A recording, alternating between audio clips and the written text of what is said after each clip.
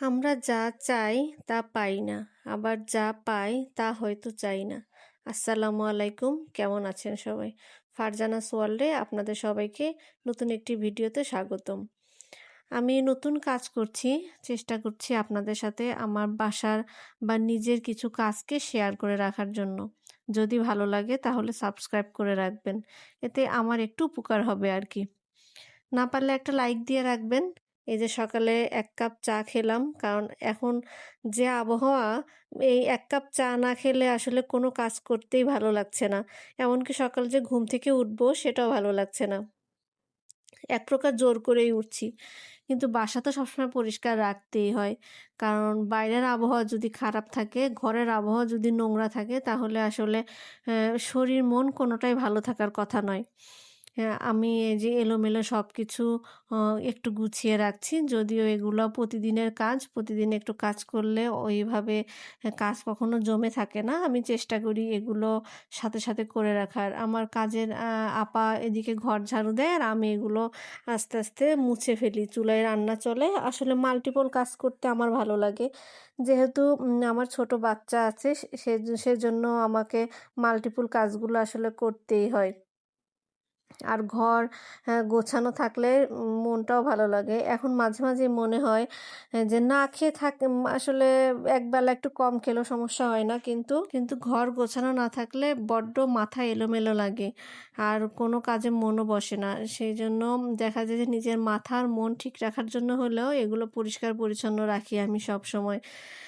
আমার ফ্ল্যাটটা খুব বেশি বড় না, আবার খুব বেশি ছোটও না। তারপরেও দেখা যায় যে এগুলো পরিষ্কার করতেও প্রায় ০.৫ ঘন্টার মতো লেগে যায়। আর আমি কোনো পার্ট দেখা যায় যে ডিপ ক্লিন করি সপ্তাহে ১ দিন। বেসিন এরিয়া একটা সময় আমি পরিষ্কার করে রাখি।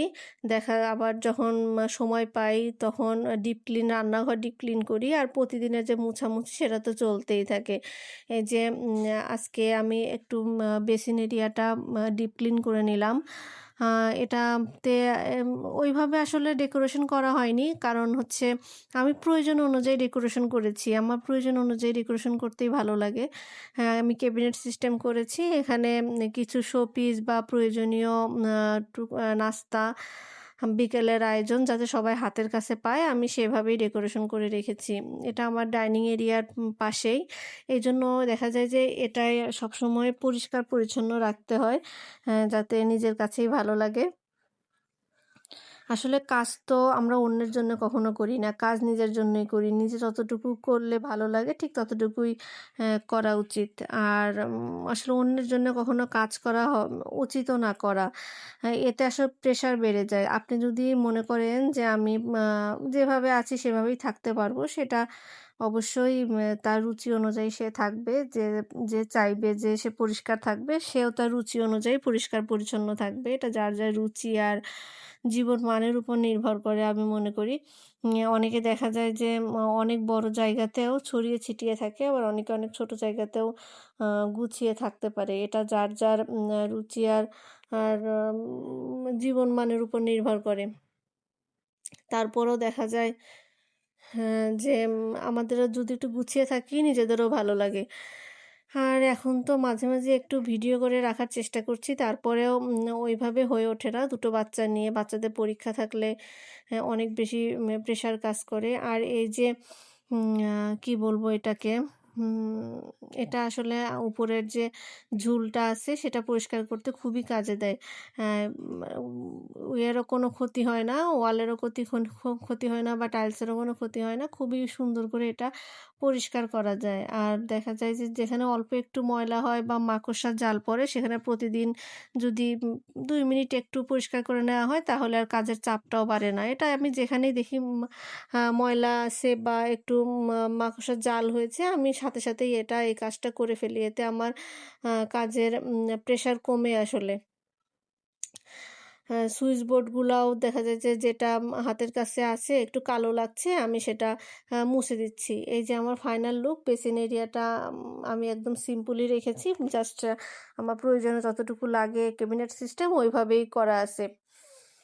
আমার ঘরের অন্যান্য ফার্নিচারও আসলে খুব কম। তারপরেও অ আমি চেষ্টা করেছি আমার প্রয়োজন অনুযায়ী কাজ করার। তারপরে দুপুরে চলে আসলাম একটু রান্না করতে, যে রান্নার ফাঁকে বাকি কাজগুলো করে ফেলবো। আ ডালের বড়া বানাচ্ছিলাম। গাছে অনেক থানকুনি পাতা হয়েছে। থানকুনি পাতা দিয়ে মসুর ডালের বড়াটা বানিয়েছি। আর গাছে ২ টো ধুন্দুল হয়েছিল ছাদের গাছে।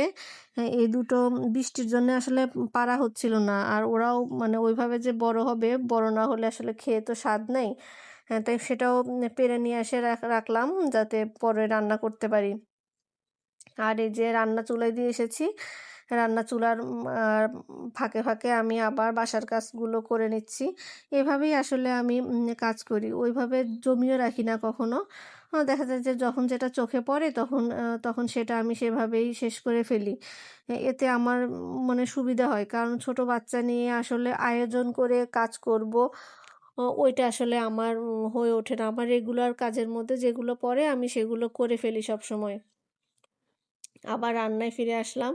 আ আর বড়াটা যেহেতু ভেজে নিয়েছি, আর ভাবছিলাম যে কিছু এক্সট্রা জিনিস থাকে না? দেখা যায় যে ক্যাবিনেট গুছাতে গেলে আমরা পাই, সেরকমই ছিল চিড়া। কয়েক মাস আগে আনা। আমি একটু অসুস্থ হয়েছিলাম, তখন চিড়াটা এনেছিলাম। এটা আর খাওয়া হচ্ছে না কোনোভাবেই।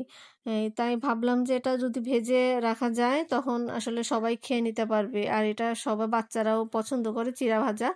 সেজন্য চিড়াটা একটু ভেজে রাখলাম। আমার এই মাটির কড়াইটা কিন্তু খুব কাজের। আমি তেল দিয়েছি, কিন্তু আ তেলে চিড়াটা কখনো ছাড়বেন না। তাহলে কি হবে, তেলটাও নষ্ট হয়ে যাবে। চিড়াটা উঠাতেও অনেক বেশি কষ্ট হয়।